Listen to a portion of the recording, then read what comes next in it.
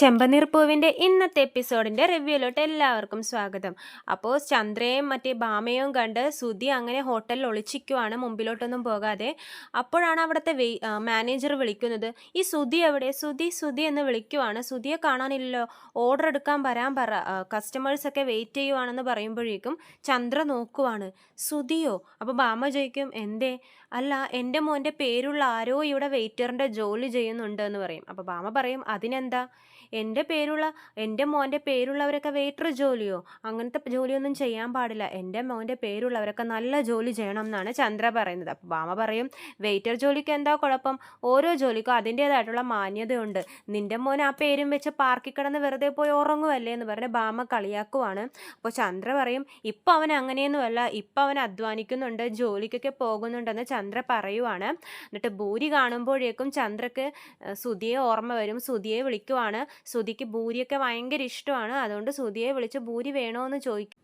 ഹോട്ടലിലെ ഓണർ സുധി അവിടെ ഒളിച്ചു നിൽക്കുന്നത് കാണും. അയാൾ പറയും, പോയി ഓർഡർ എടുക്കുക സുധി, എന്താ ഇവിടെ വന്നിങ്ങനെ പരിങ്ങി നിൽക്കുന്നതെന്ന് ചോദിക്കുമ്പോഴേക്കും സുധി ഒന്ന് പേടിക്കും. സുധി എന്നിട്ട് ഒരു മാസ്ക് ഒക്കെ വെച്ച് മൊടന്തിയൊക്കെ ഓർഡർ എടുക്കാൻ വേണ്ടി പോകുവാണ്. അതുകൊണ്ട് ചന്ദ്രയും ഭാമയൊന്നും ശ്രദ്ധിക്കില്ല. കാരണം സുധി നേരെ നടക്കുന്ന ആളാണല്ലോ, മൊടന്തൊന്നുമില്ലല്ലോ. അപ്പോൾ സുധി അവരുടെ മുമ്പിൽ മൊടന്തിയും മാസ്ക് ഒക്കെ വെച്ച് പോകുമ്പോൾ ഇവർക്ക് മനസ്സിലാവത്തില്ല സുധിയാണ് അതെന്ന്.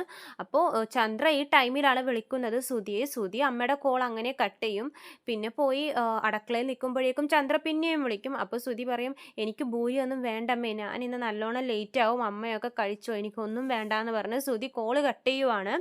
സുധി ആണെങ്കിൽ ടെൻഷനിലാണ്. പാർക്കിൽ പോയിരുന്നപ്പോൾ ആ സച്ചി എന്നെ പിടിച്ചു, ഇനി ഇവിടെ വരുമ്പോൾ എൻ്റെ അമ്മയെ എന്നെ പിടിക്കുമോയെന്നോർത്ത് സുധി നല്ല ടെൻഷനിലാണ്. പിന്നെ കാണിക്കുന്നത് ശ്രുതിയെയാണ്. ശ്രുതി മറ്റേ കൂട്ടുകാരിയെ വിളിച്ച് നവീന് കൊടുക്കാനുള്ള പൈസ ഏർപ്പാട് കൊടുക്കുവാണ്. അപ്പോൾ കൂട്ടുകാരത്തി ചോദിക്കും, ഈ പൈസ നീ എവിടെ നിന്ന് ഒപ്പിച്ചു? അതൊക്കെ ഒപ്പിച്ചെന്ന് ശ്രുതി പറയും. അപ്പോൾ കൂട്ടുകാരത്തി ചോദിക്കും, നീ പിന്നെയും പലിശക്ക് എടുത്തോ?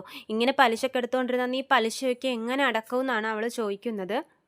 ശ്രുതി ഇപ്പം പണിക്ക് പോകുന്നുണ്ടല്ലോ, അപ്പോൾ ഇതൊക്കെ എങ്ങനെയെങ്കിലും ഞങ്ങളുടെ പ്രശ്നങ്ങളൊക്കെ അവസാനിക്കും എന്നാണ് ശ്രുതി പറയുന്നത്.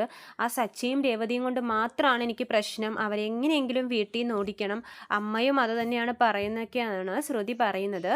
അപ്പോൾ ഫ്രണ്ട് പറയും, അതിനിപ്പോൾ എന്ത് ചെയ്യാനാ, എൻ്റെ മനസ്സിലൊരു ഐഡിയ ഒക്കെ ഉണ്ട്, താമസിയാതെ അത് ഞാൻ ചെയ്യുമെന്ന് പറഞ്ഞിട്ട് അത് പിന്നെ അവസാനിപ്പിക്കുവാണ്. പിന്നെ കാണിക്കുന്നത് വർഷയാണ്.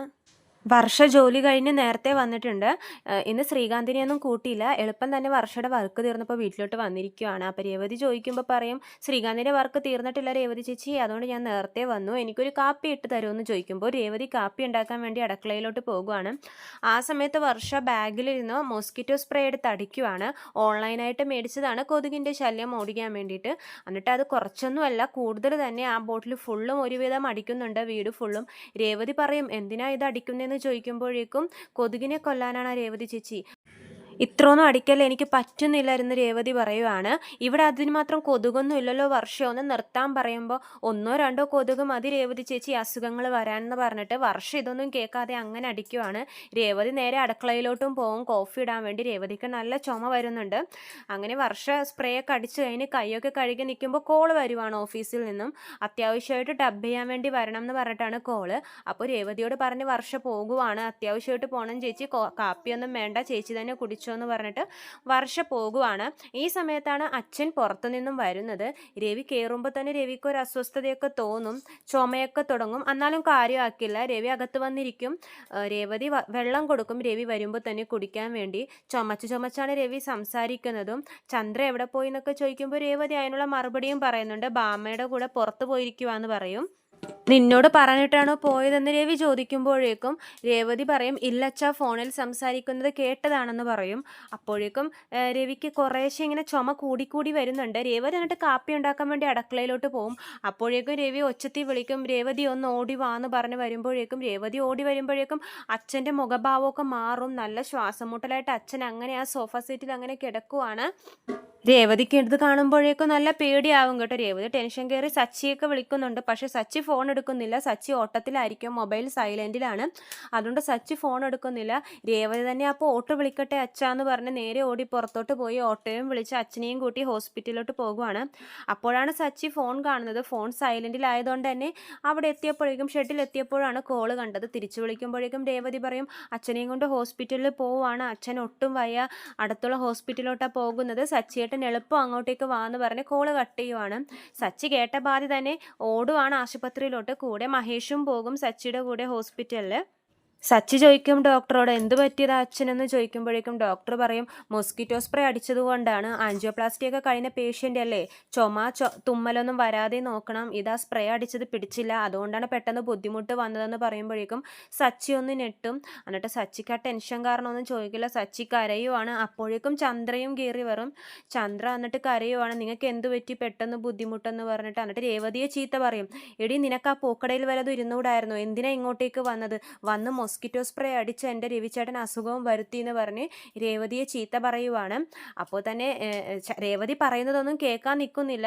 അപ്പോൾ തന്നെ രവി പയ്യെ ആ മാസ്ക് മാറ്റിയിട്ട് പറയും, രേവതി അല്ല, രേവതി മോളെ ചീത്ത പറയല്ലേ എന്ന് പറയും.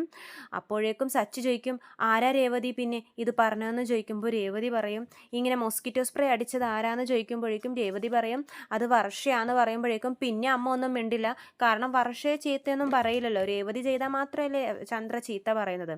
പിന്നെ ഒന്നും മിണ്ടുന്നില്ല. അപ്പോൾ സച്ചി ചോദിക്കും, എന്താ അമ്മ ഇപ്പോൾ ഒന്നും പറയുന്നില്ല, രേവതിയെ മാത്രമേ ചീത്ത പറയത്തുള്ളൂ. ഇതേപോലെ തന്നെ വീട്ടിൽ പോയി വർഷയും ചീത്ത പറയാൻ പറയുമ്പോൾ ചന്ദ്ര ഒന്നും മിണ്ടാതെ അങ്ങനെ നിൽക്കുവാണ്. അപ്പോൾ തന്നെ ശ്രീകാന്തും സുധിയും കൂടി ഓടി വരും.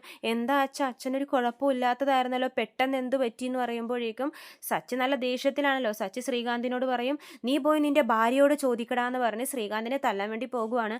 അപ്പോൾ രേവതി ചീത്ത പറയും, ഹോസ്പിറ്റലിലാണ് സച്ചി ഏട്ടാ, ഒന്ന് മര്യാദയ്ക്ക് ഇരിക്കുമെന്ന് പറയുമ്പോഴേക്കും ഇന്നത്തെ എപ്പിസോഡ് നിർത്തുവാണ്. അപ്പോൾ ഏതായാലും നാളെ ശ്രീകാന്തൊക്കെ അറിയും വർഷയാണ് ഇത് ചെയ്തതെന്ന്. എന്താകുമെന്ന് നമുക്ക് കാത്തിരുന്ന് കാണാം. വീഡിയോനെ രാവിലെ തന്നെ അപ്ലോഡ് ചെയ്യും. ചാനൽ സബ്സ്ക്രൈബ് ചെയ്യാത്തവർ സബ്സ്ക്രൈബ് ചെയ്യണേ. എല്ലാവർക്കും നന്ദി.